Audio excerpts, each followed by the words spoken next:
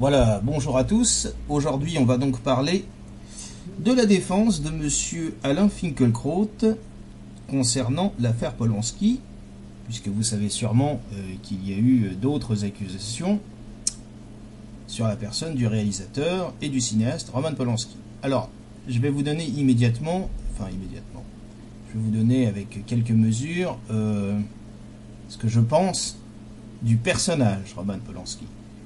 Mais en préambule, je voudrais vous dire que moi j'arrive encore à faire la différence. Je dis j'arrive encore à faire la différence. Encore. C'est pas toujours évident. Mais j'estime quand même que l'œuvre doit être sauvée. Après, le personnage de Roman Polanski me débecte et me dégoûte. Carrément. Alors, comment M. Finkielkraut défend Roman Polanski? Il va commencer par atténuer. Alors, quels sont les faits de l'affaire Roman Polanski? Alors ça s'est passé aux États-Unis et Roman Polanski a reconnu, c'est-à-dire qu'il a plaidé coupable. Donc là on peut s'exprimer sur une affaire où il a reconnu être coupable. Il a reconnu être coupable de quoi? Il a reconnu être coupable de viol sur une préadolescente de 13 ans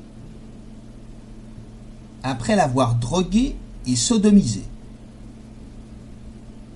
Ensuite, il a été condamné donc par la justice. On lui a administré, on lui a dit voilà, faut vous soigner un certain temps. Et puis, disons comme il a plaidé coupable, si vous voulez, aux États-Unis, il y a un arrangement possible. Bon, vous faites un minimum de peine, mais vous devez quand même l'exécuter. Pendant son séjour de soins, finalement, il a décidé de partir. Donc, il a fui la justice. Donc, qu'est-ce qui s'est passé aux États-Unis? Pourtant, Dieu sait si le système américain, j'ai du mal là-dessus. Ils ont mis un mandat d'arrêt en disant bah, monsieur Polanski a été condamné, en plus il a reconnu la culpabilité, mais il s'est extrait de la justice, il a fui, donc il a été condamné par contumace, c'est-à-dire sans être présent à son procès. Que fait monsieur Finkielkraut pour défendre monsieur Polanski? Il va atténuer le propos. Il va dire la jeune fille n'avait pas 13 ans, elle avait 13 ans et 9 mois.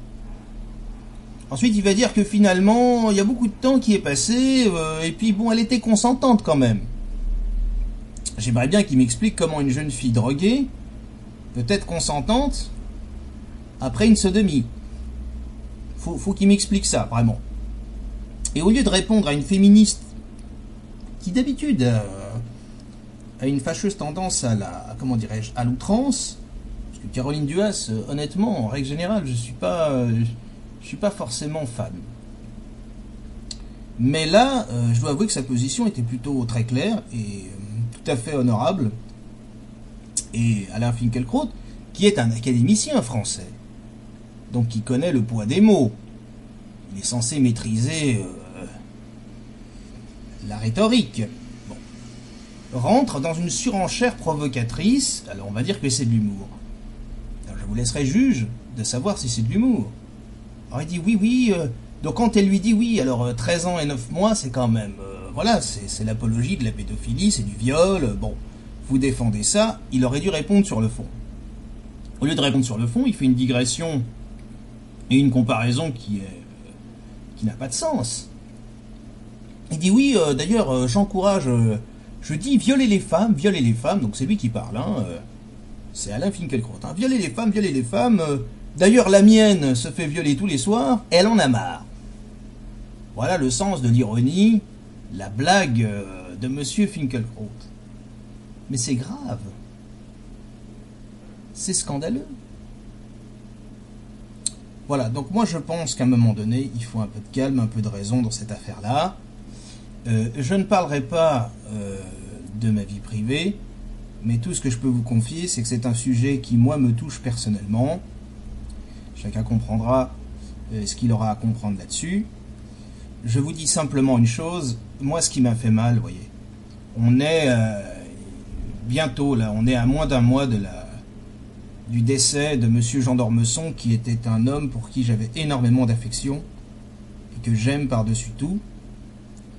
Et il n'y a pas un mot où je pense pas à lui, pour vous dire la vérité. Et honnêtement, ça me fait de la peine de savoir qu'il a été le parrain de monsieur Alain Finkielkraut pour rentrer à l'Académie française, qui est quand même censé élever le débat.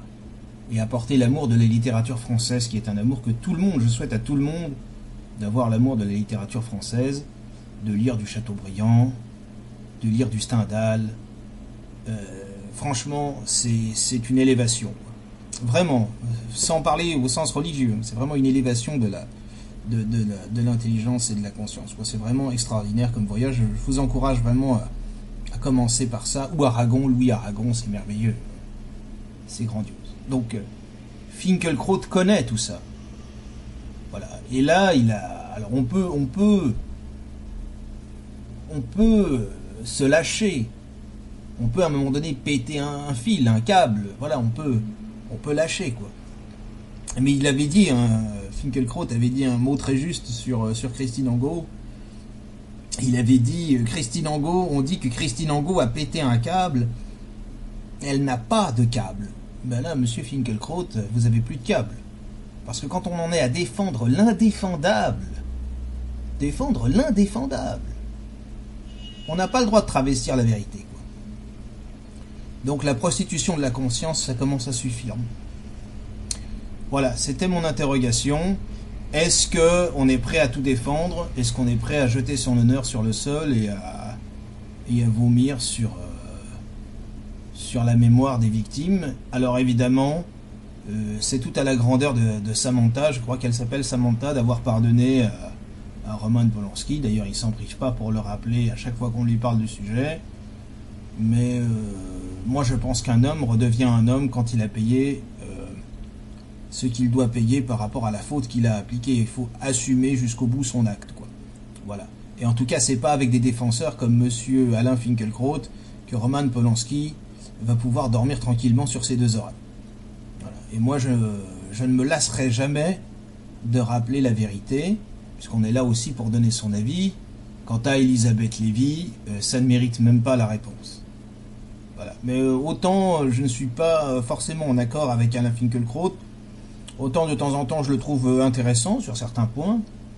Il a écrit quelques livres quand même qui sont pas inintéressants, encore une fois. Mais là, je pense que ça va trop loin. Voilà, c'était mon avis sur la question. Merci à tous. À bientôt.